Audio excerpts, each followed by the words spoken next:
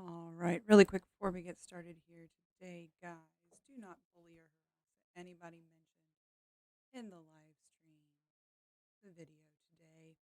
Do not bully or harass anybody in the chat or the comments on my channel, on another channel. Just don't do it, okay? Also, we're going to be talking about comedy today. We're going to be talking about the virus. We're going to be talking about a bunch of stuff. I'm not an expert. I'm just a person with an opinion. And as such, thoughts, feelings, and opinions expressed on this channel are solely just my own thoughts, feelings, and opinions. Okay? All right, let me run this intro really quick.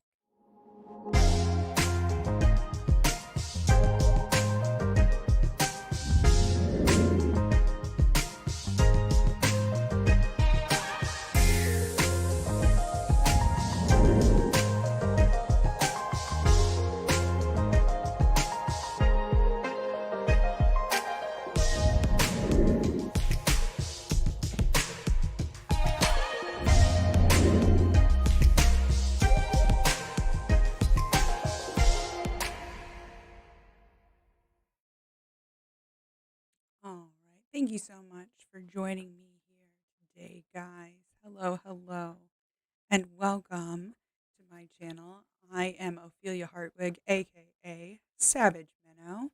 You are new to my channel here. Welcome. I hang out and I pretty much talk about whatever the heck I want to talk about. Also, as you can tell, a lot of times the first time that I actually see myself through the viewfinder is after I've hit play. So professional, I know. But that's not really what we do here so much. The professional, we just have fun. So welcome.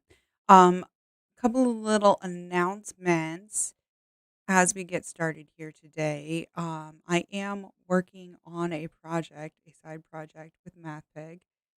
You guys might have heard about it. It is an upcoming quiz show called Canon Wars, and it is going to be the only quiz show on YouTube where the winners get to write the gospel. So we are going to be, I think we've got a couple of people lined up for our first show or two. Well, going to be sending out invites. We've got a couple people in mind, but we will also be taking, if anybody wants to audition, we will be taking people auditioning as well. So if you are interested in that, I did have the email address in front of me. Thank you, Simos. You are actually one of the people that I wanted to contact, see if you would be on my team for our first competition, for our first Canon Wars competition. Yep, canonwarsquiz@gmail.com is the email address if you would like to try and audition to be on our show. Let me see if I can fix my microphone levels. That's what I'm thinking. Okay.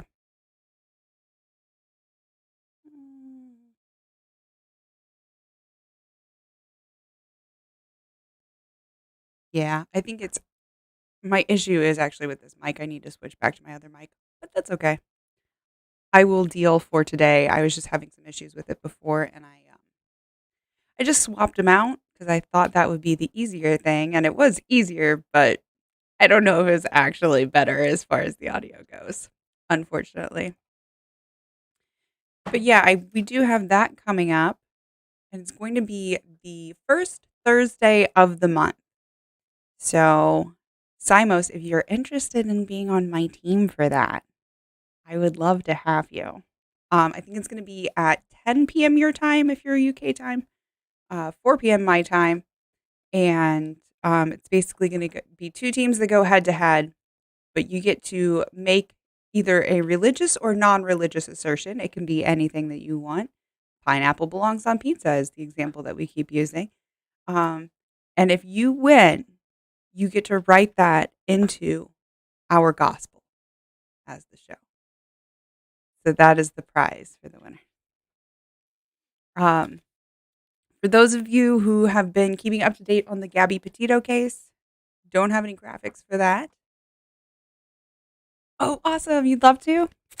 Yay. I will have to send you an invite to the Discord if you're not already on the Discord, but I will do it after this.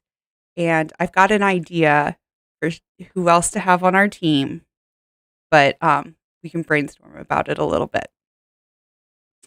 Um, but yeah, for people following the Gabby Petito case, the girl who kind of went missing when her boyfriend came back from a camping trip without her, and then her remains were found.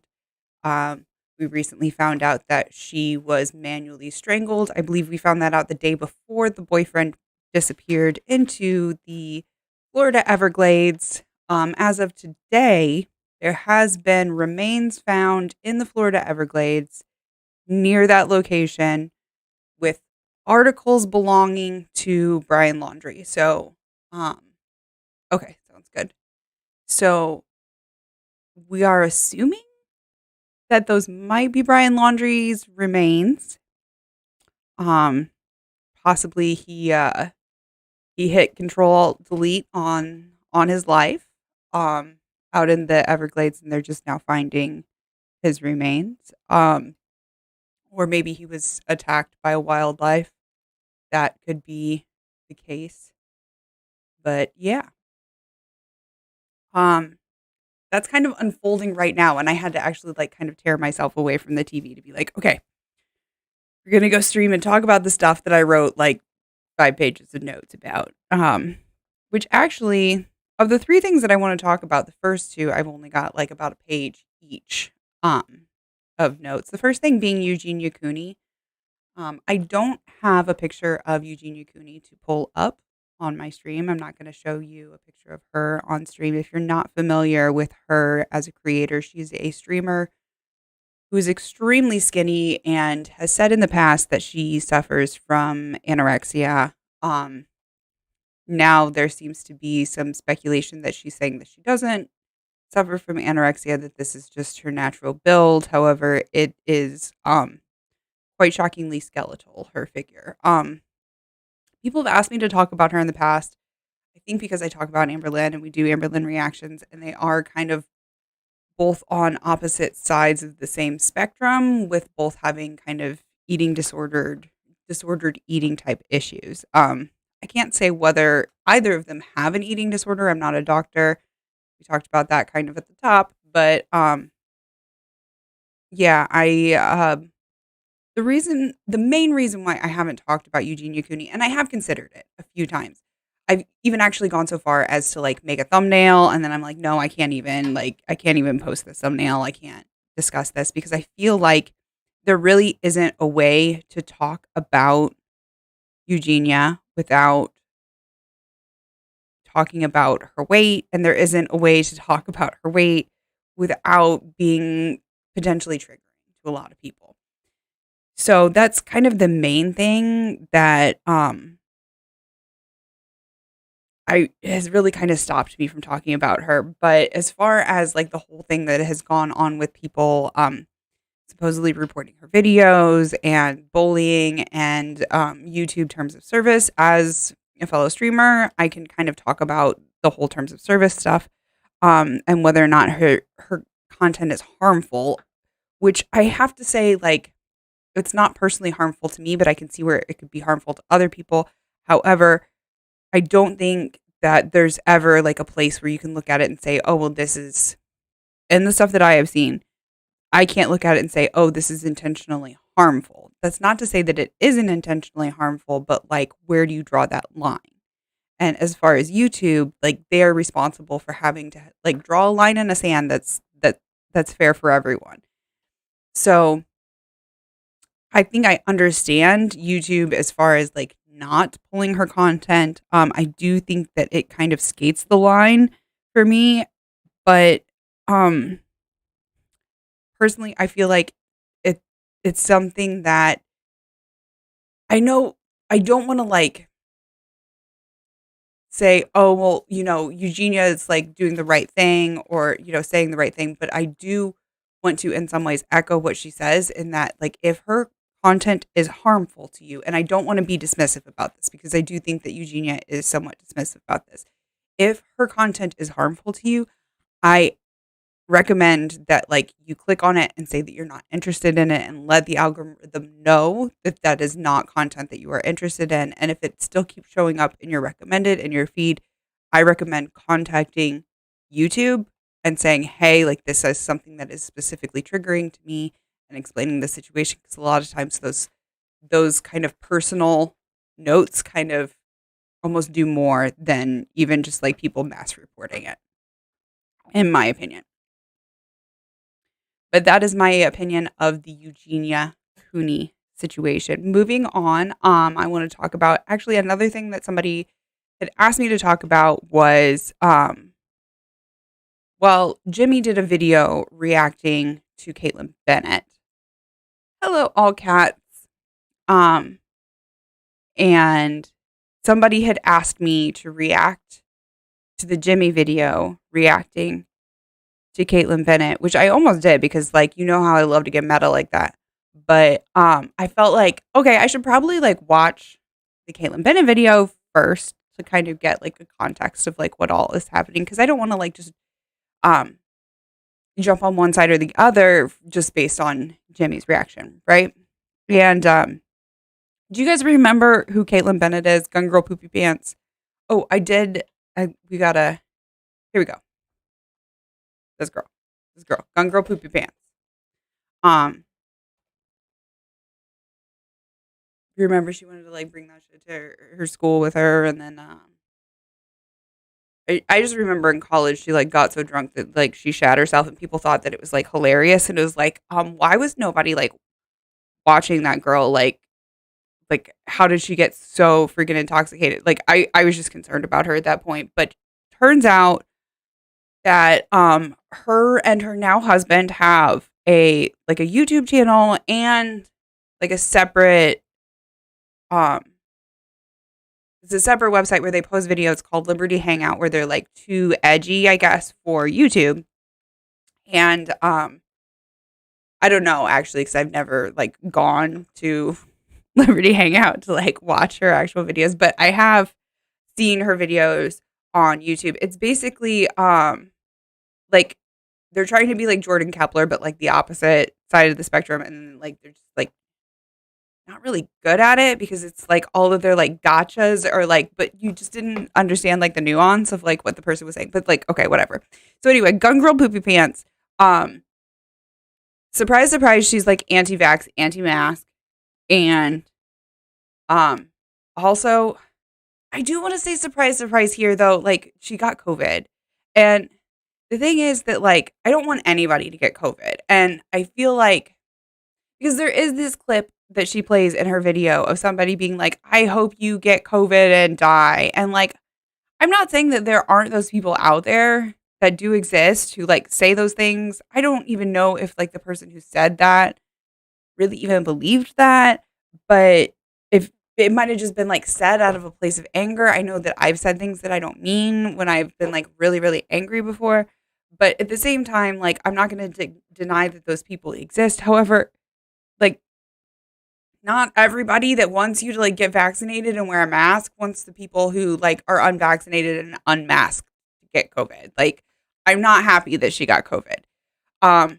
She apparently got really sick with COVID, like really pretty sick, to the point where she like needed to go to the hospital. Her husband had to go to the hospital. She had to have monoclonal antibodies, which like fun little side note, because I think that she was one of the people saying like, oh, well, the FDA hasn't given full clearance to any of the vaccines, which like now it has given full clearance to the one, but it was still experimental, right? All the vaccines are still experimental, and we don't really know like the science behind the mask, but like she was absolutely 100% ready to like trust her doctor when it came to monoclonal antibodies that aren't fully that are not fully approved by the FDA.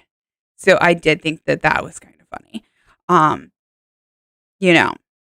You'll trust your doctors with the experimental treatment once you actually get freaking sick and you might actually die. But when they're telling you to, like, take preventative measures, you're not gonna do that. Okay, cool. Even though, like, your chances of having long-term effects from the virus are much higher than having long-term effects from the vax. Okay, cool.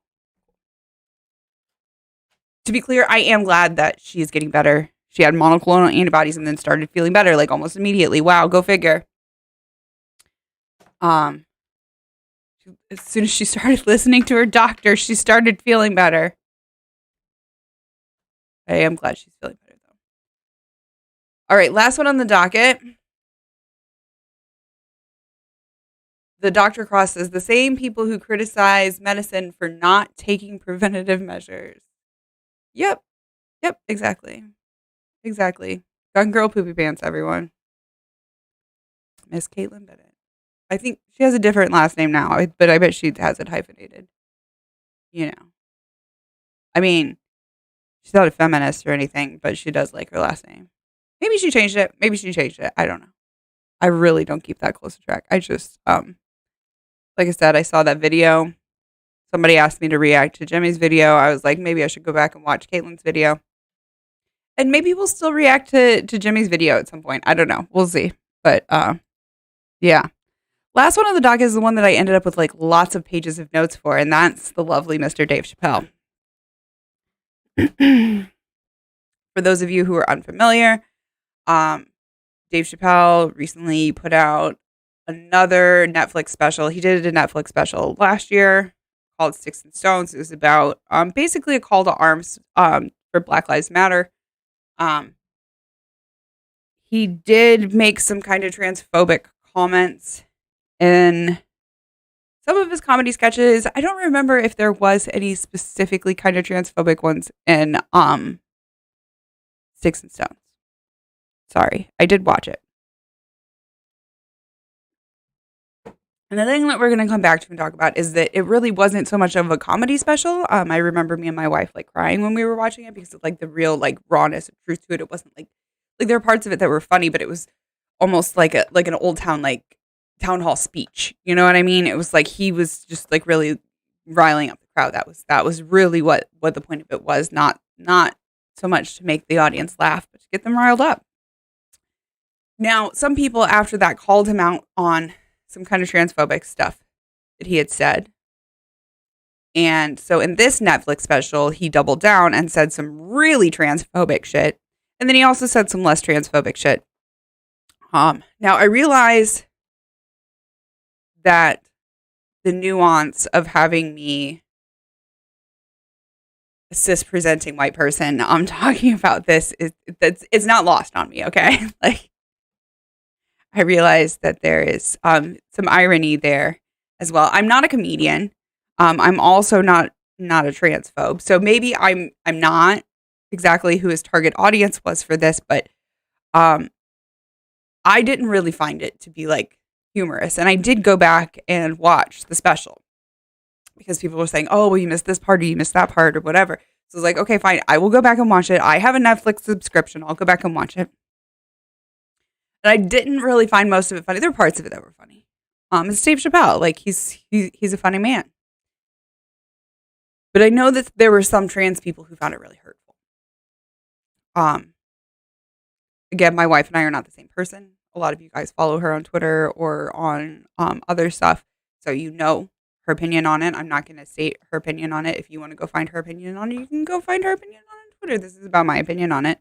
And I think for the most part, our opinions align, but they differ in some ways. And I think that a lot of that is that my wife was very hurt as a trans woman. She was very hurt by Mr. Chappelle's remarks in this special. Now, a lot of the response that people are making to this is that, oh, it was just a comedy skit. Like, grow thicker skin. It's supposed to be for laughs. If you didn't laugh at it, oh well, whatever. It's not, So what if it's not your comedy? Change the channel, whatever. I think that that kind of lands a little bit flat when we look at, again, that Netflix and their response to this keeps comparing it to the special that they produced previously, the Sticks and Stones special, which again wasn't really a comedy special. It was a call to action against racism. Now that comedy special, one that was a call to arms against racism, that one cost Netflix $23.6 million that they gave Dave Chappelle. Now, to be fair, I don't think that he made that much on tickets there. No, I'm not actually going to be. It's $23 million. On this special, they paid $24 million. The reason why we know that is because an employee of Netflix released that information and then got fired. They also said that person staged a walkout of 1,000 people. That should be happening today. However, it did turn out that person was just simply invited to the group. They were not the person who planned the walkout. However, keeping in mind that all of Squid Games, the entire season of Squid Games, let's see, Netflix paid a total of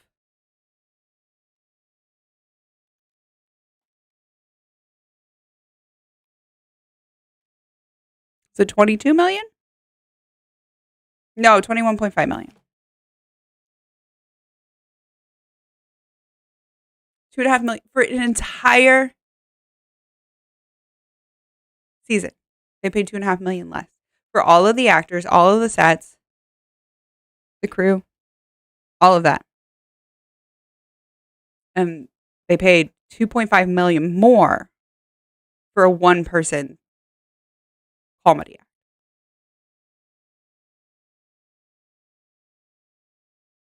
Just let that soak in for just a second.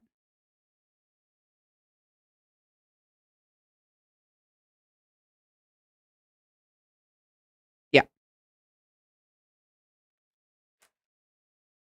So what is the issue with this special, this comedy special?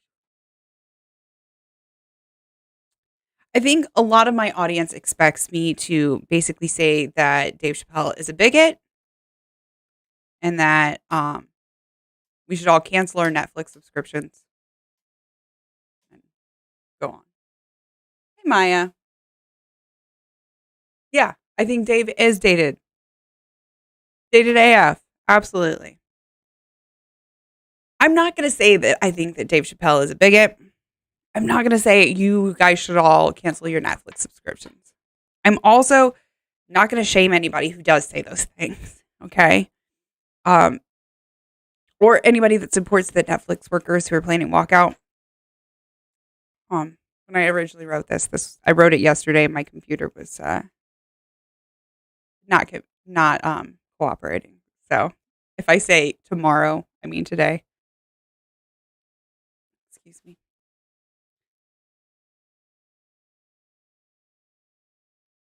But yeah, the walkout that was not organized by the person who's released the information about how much Dave Chappelle was paid for this.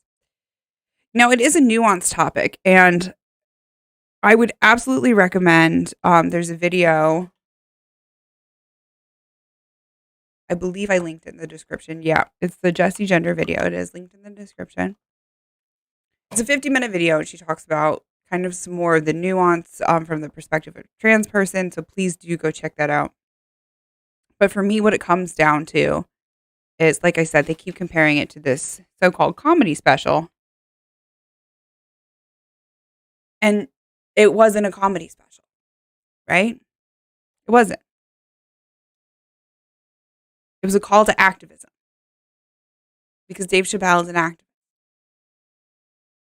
Right? He's not just a comedian, he's an activist. And when you're an activist, you carry a heavier burden than just a comedian.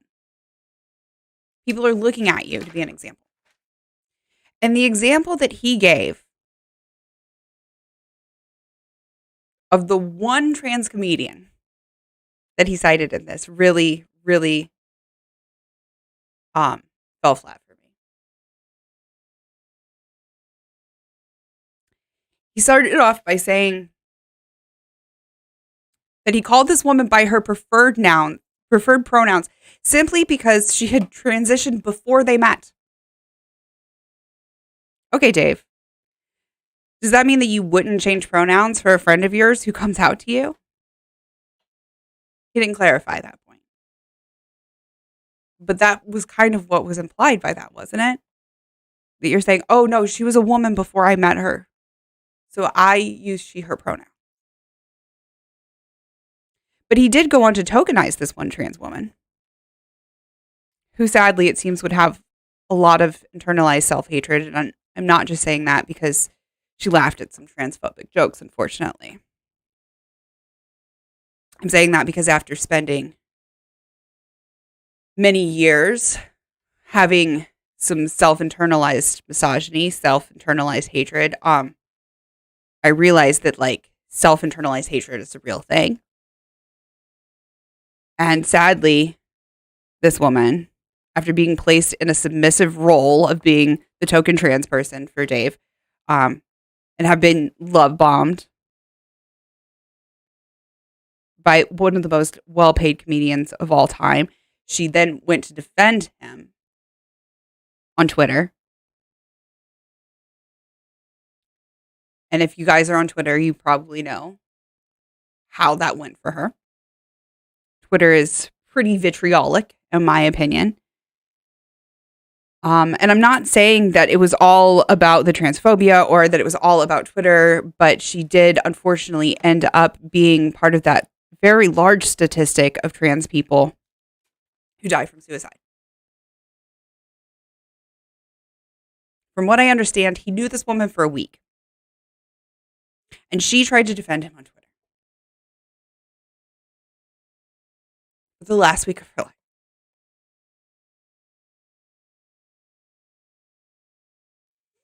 And I've gone over this enough times, I'm going to try really hard not to be emotional about it.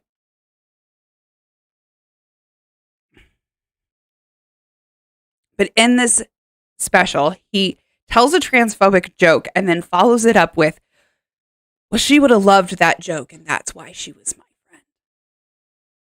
But I wonder if she hadn't died, if he still would have called her. Is the fact that she laughed at a transphobic joke, that she perhaps had some internalized self-hatred, some internalized transphobia of her own. That's what made you her friend?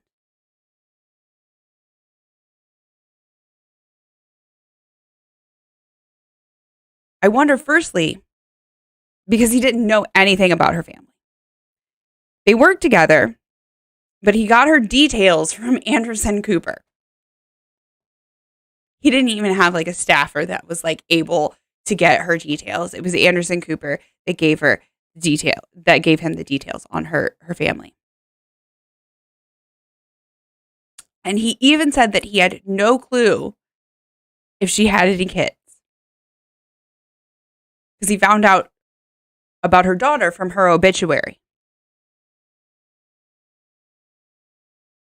which I feel like makes it very disingenuous when he talks about the trust fund that he set up for her daughter. When he says it was because I know that's all she ever really cared about.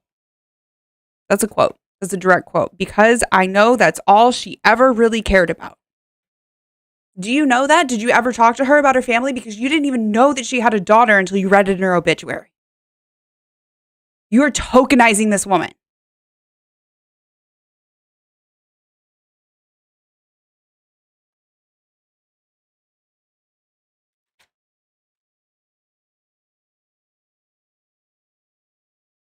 Now I realize on Twitter and other places in the world, it is way too easy to fall into an echo chamber. And I've been guilty of that myself in the past. When I hit it off with Jemmy, you guys know I drank the Kool-Aid and I was blind to some of the really hurtful things that were said about religious communities, both here online, and actually some of the things that I said myself. I said some really hurtful things to myself, and I was blind to that.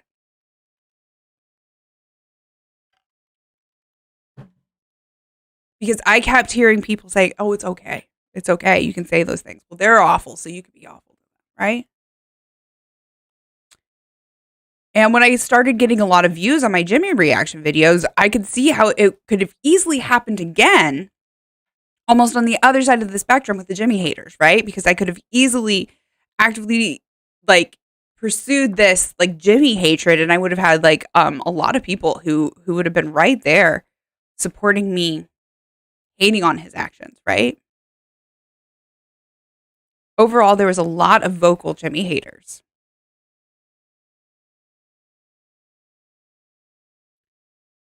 And what did that do to Jimmy's position when there were a lot of vocal Jimmy haters?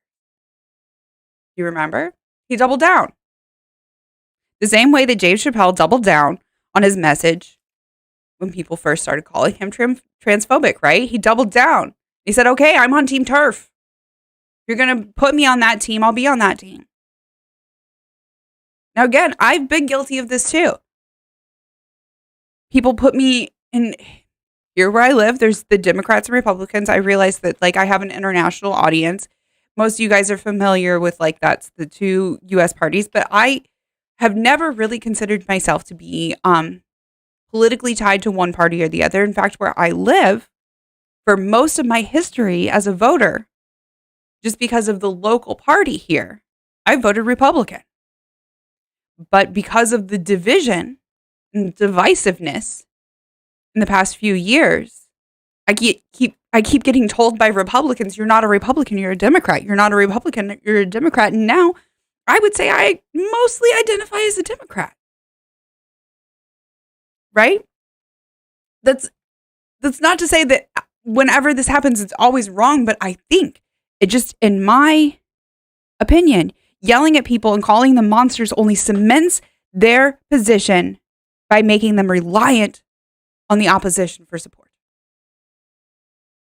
If we keep telling Dave Chappelle, you're a monster, you're transphobic. Do you remember when we did that to somebody else? You remember this lady? Yeah, you guys remember this lady. Right? She made some kind of transphobic comments on Twitter. She liked some transphobic tweets.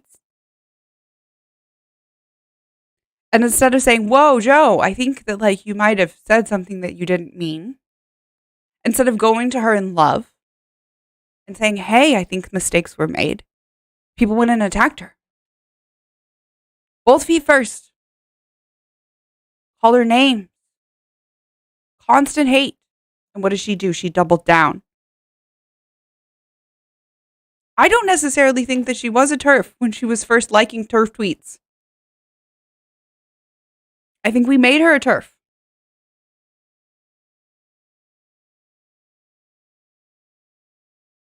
I'm not saying that there wasn't any TERF potential there. I think there's TERF potential here too. But again, I think attacking people, calling them monsters is going to make them a TERF. It's going to get them to double down on their position.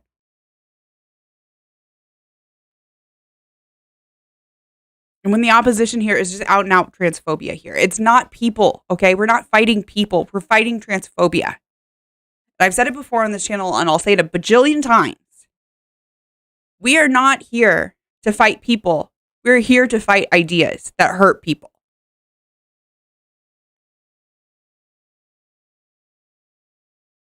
So yes, Dave Chappelle said some really transphobic shit in the special. Absolutely. Do you remember how I told you at the beginning of this that he also said some less transphobic shit? He did. He did. He followed that up. Well, there was an ending to it. We'll get to it in a minute. Actually, I think I switched that around in my outline. It's okay. But he did say something in his special that was less transphobic. I would even go so far as to say trans affirming. And that is that people should be able to use whatever bathroom that they feel comfortable using. Whatever bathroom with the gender that they identify it with. Trans women should be able to use the women's bathroom. Trans men should be able to use the men's room. I think that this shows that there's potential there. I think that Dave Chappelle could learn and grow as society learns and grows as well. And that's why I hesitate to like call him an out and out bigot.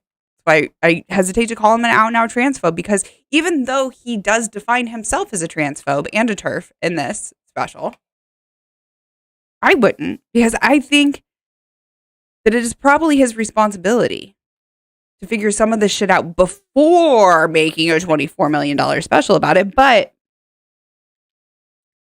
I don't think that shoving him in a box with people who have even more harmful views than he does, that will welcome him with open arms and preach to him about the horrors of the LGBTQ agenda, I don't think that's going to help. So what do we do? I don't know. And this is, again, I feel like it comes back to what I've talked about with cancel culture in the past.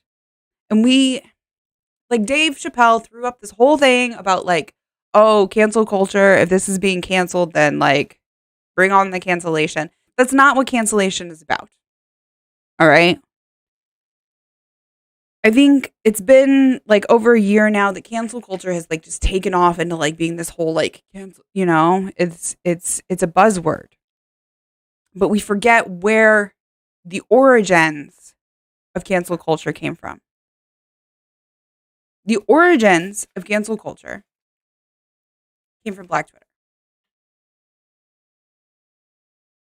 And the concept, from what I understand, was that you're canceling your subscription. You can cancel your subscription to Dave Chappelle. If you are angry with Netflix's response, you're absolutely within your rights to cancel your subscription to Netflix. And you're absolutely within your rights to talk about it if you want to. That doesn't mean you have to. When you canceled your subscription to 16 Magazine, did you announce it on whatever? Redbook? I don't know. I'm just picking magazines. That was the first thing that I thought of off the top of my head. Sorry. But you get what I'm saying, right? Yeah, if it's something that like really upsets you, you absolutely have every right to get out and say, hey, Vogue magazine, I am canceling my subscription because of this bullshit. You also have every right to just quietly cancel your subscription. That's your subscription.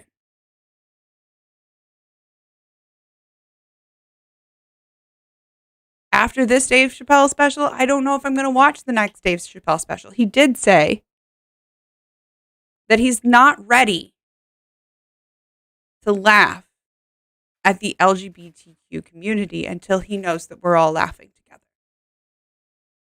And I do appreciate that. And if he can accomplish that, I think that I would appreciate that, and I would maybe renew my subscription, right? But as it stands now, I'm not going to watch a special like that. Does it mean that I'm going to cancel my entire Netflix subscription? It's something that we've talked about in our household. It is something that we've considered, and I certainly don't fault people on either side of that topic.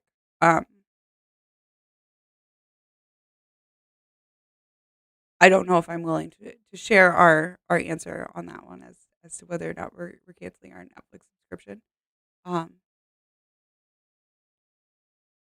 But my wife might be. You might be able to see if she answers that. But I felt like I had to like talk about it, and discuss it at least a little bit.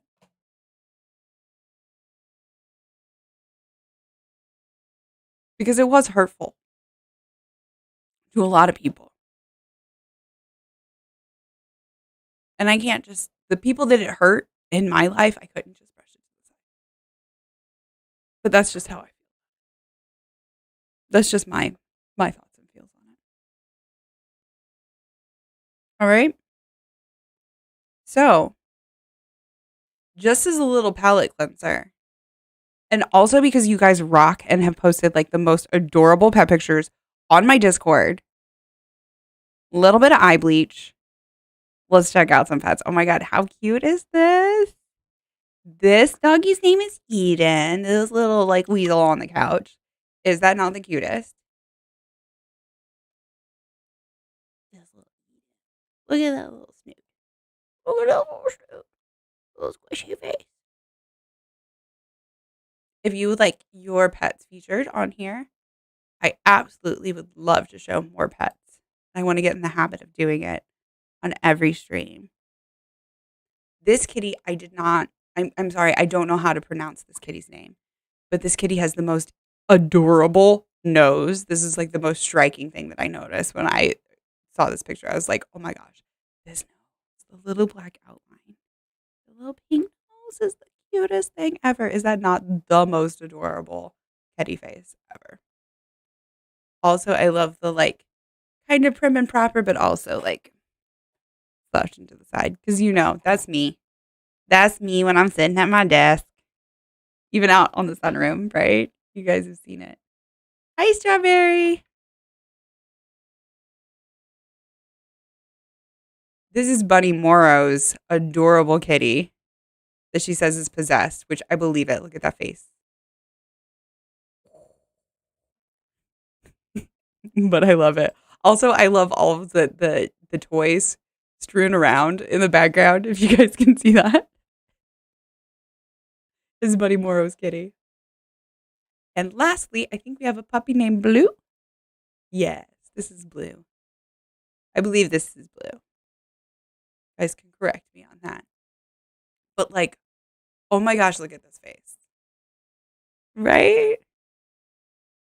It just says cuddles, please. Cuddles, please. Also, like, how regal is this pooch?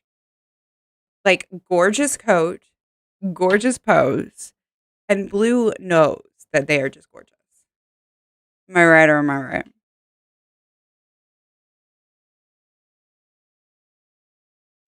So yeah, I felt like we should take a look at some cute puppy pictures. At the end of like a somewhat stressful stream. So again, if you guys are interested in watching Canon Wars, Mathpig and I are still doing some setup stuff for that. We are setting up, I think, a separate, perhaps a separate channel, or we might be streaming to both channels. We shall see. But that is going to be the first Thursday of the month. It's going to be 4 p.m. Central, 10 p.m. UK time. So hopefully you can figure it out from there. And stay tuned on my channel and Mathpig's channel to get info about that. And that's all I think I have for announcements today. It's just the Canon Wars thing. Oh, and if you guys would like to sign up for Canon Wars, it can be you and another person, or if you're just interested in signing up by yourself, go ahead and shoot us an email. And it's going to be canonwarquiz@gmail.com. That's CANON. Oh, sorry. It's canonwarsquiz@gmail.com. Okay, let's see if I can add it on how quickly can I add text, right? The race against the clock.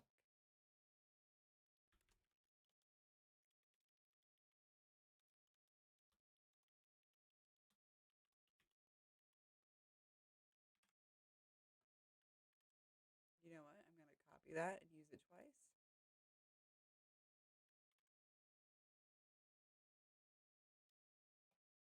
Just got to take out the spaces.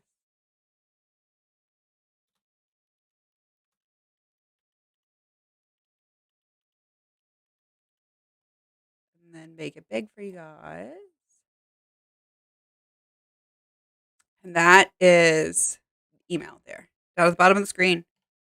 Shoot us an email if you would like to sign up. Otherwise, you can come and check it out. check it out for one show. See if it's something you're interested in, right? And then maybe you want to sign up afterwards.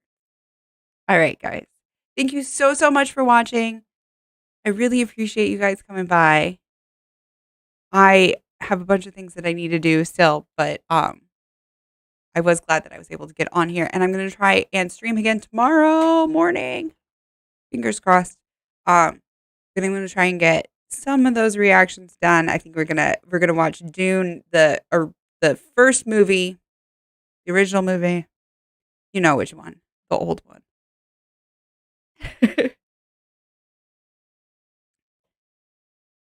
I think we're gonna crack that one out tomorrow, and then we're gonna watch the new Dune movie. I don't know if we'll be able to get to it in the afternoon, but I will give it a shot. If not, we'll get to it this weekend. All right, guys. Thank you so, so much for watching. I appreciate you all. Thank you so much for stopping by, Simos. And yeah, go give Simos a follow and check him out. He's playing Fallout 4, and he also does some streams where him and Fabio talk about F1 racing. So if that sounds like something you are interested in, please do go check him out. Thank you for stopping by, Maya. Thank you so much. And I will see you guys next time. Also, really quick before I go, thank you to all of my financial supporters. These guys really do keep this stream running. The Chorus St. Clair, my lovely Savage Mama, TikTok Bunny, Peapot Fairy, Elizabeth 1933, Subitaneous. Thank you guys. I'll see you guys next time.